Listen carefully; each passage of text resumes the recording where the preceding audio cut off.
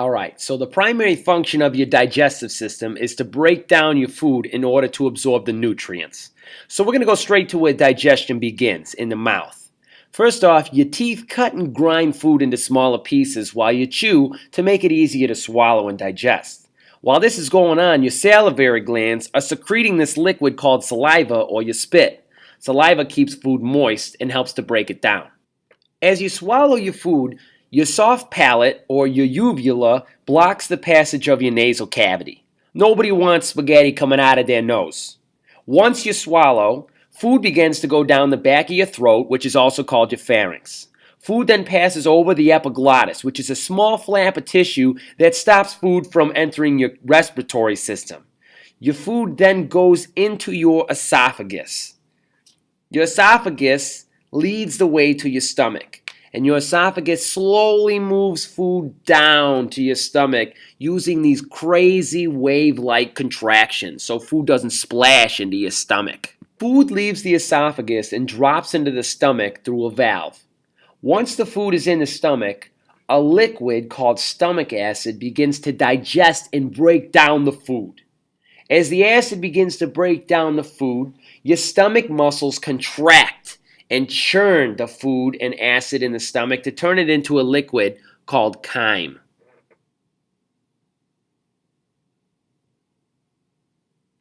Once the food has been mostly broken down, the chyme then leaves the stomach through a valve and enters the small intestine.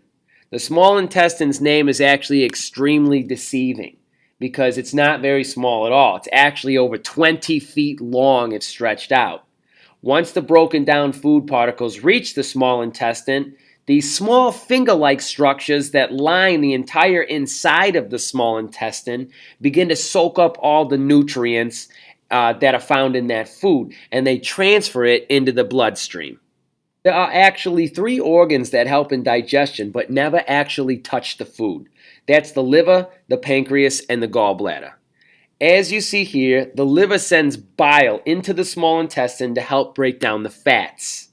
The gallbladder, which is the green structure on the screen, is in charge of storing bile, in case you need it at a later time. Like when you eat that Chick-fil-A sandwich from Chick-fil-A because, everyone knows that Chick-fil-A has the best chicken and chicken nuggets, and that the chicken nuggets from Wendy's are just absolutely terrible. Oh yeah, alright, sorry. All right, the third organ that food never touches is the pancreas. The pancreas sends enzymes into the small intestine to help break down food even further. Any leftover food that is not useful to the body is moved from the small intestine to the large intestine. As the leftover waste makes its way through the large intestine, all of the liquid is removed and recycled back into the bloodstream.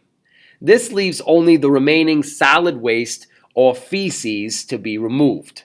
You don't want any liquid in your feces because, hey, can I tell them what feces is? It's poop! Did you hear that? I got to say it in class. I said poop.